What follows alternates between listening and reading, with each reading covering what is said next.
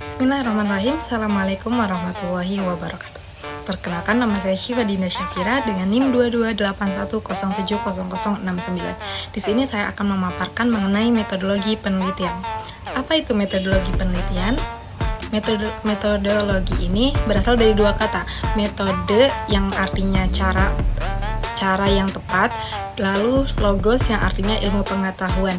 Jadi metodologi adalah cara untuk melakukan sesuatu dengan menggunakan pikiran secara seksama untuk mencapai suatu tujuan. Jadi dapat disimpulkan metodologi penelitian adalah cara atau langkah-langkah yang digunakan dalam sebuah penelitian untuk mengumpulkan, menganalisis, dan menginterpretasikan data secara sistematis.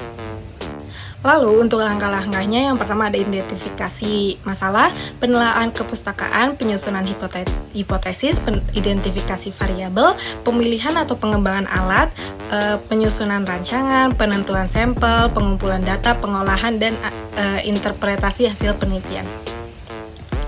Selanjutnya ada identifikasi masalah. Identifikasi masalah adalah tahap yang mencari topik atau mendefinisikan masalah.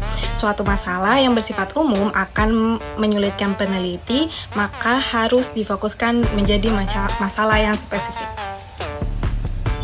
Untuk variabel penelitian ada dua, yaitu variabel X dan variabel Y. Variabel X yaitu variabel bebas atau independen, dan variabel Y yaitu variabel terikat atau dependen.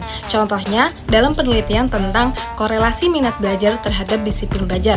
Minat belajar adalah variabel X dan disiplin belajar adalah variabel Y atau variabel terikat.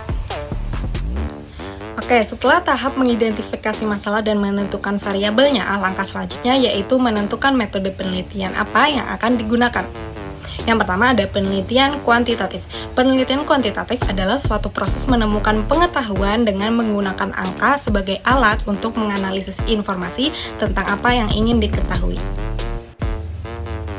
Desain penelitian pada penelitian kuantitatif ada 4. Yang pertama ada desain komparatif, yaitu peneliti membandingkan dua atau lebih kelompok untuk mengidentifikasi variabel tertentu. Yang kedua ada desain korelasional, yaitu mengukur sejauh mana hubungan antara dua atau lebih variabel itu berkaitan.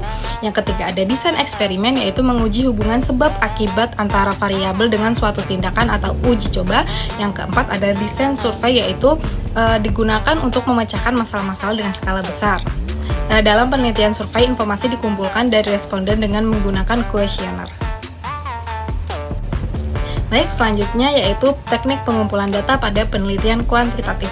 Yang pertama ada kuesioner, yaitu peneliti membuat pertanyaan bisa berupa pilihan ganda atau skala Likert. Yang kedua wawancara terstruktur, yang nantinya hasil wawancara ini dikodifikasi dalam bentuk angka yang bisa dianalisis secara statistik. Yang ketiga ada observasi struktur, dilakukan dengan instrumen yang sudah ditentukan, kemudian mengubahnya menjadi data numerik. Yang selanjutnya ada tes atau ujian. Yang selanjutnya juga ada data sekunder atau dokumentasi, jadi seperti laporan statistik, laporan sensus, atau arsip-arsip lainnya.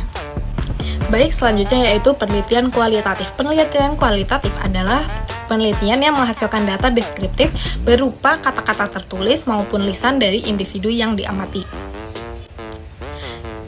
Kemudian pendekatan pada penelitian kualitatif ada 4. Yang pertama ada studi naratif, yaitu berfokus pada narasi, cerita, atau deskripsi peristiwa. Yang kedua ada studi fenomenologi, yaitu penelitian yang berupaya untuk mencari esensi dari suatu fenomena yang dialami individu. Yang ketiga ada studi grounded theory, yaitu mengembangkan atau menciptakan teori yang menjelaskan fenomena. Yang keempat yaitu studi etnografis, yaitu penelitian yang meneliti kelompok budaya tertentu. Selanjutnya ada teknik pengumpulan data penelitian kualitatif. Yang pertama ada observasi. Observasi ini penelitian dilakukan secara langsung oleh peneliti di lapangan. Yang kedua ada wawancara, yaitu peneliti melakukan wawancara dengan memberikan pertanyaan berdasarkan pada kuesioner. Yang ketiga yaitu dokumentasi, sama pada seperti data sekunder, yaitu pengumpulan data dari berbagai arsip-arsip atau dokumen lainnya. Mungkin itu saja yang bisa saya sampaikan. Assalamualaikum warahmatullahi wabarakatuh.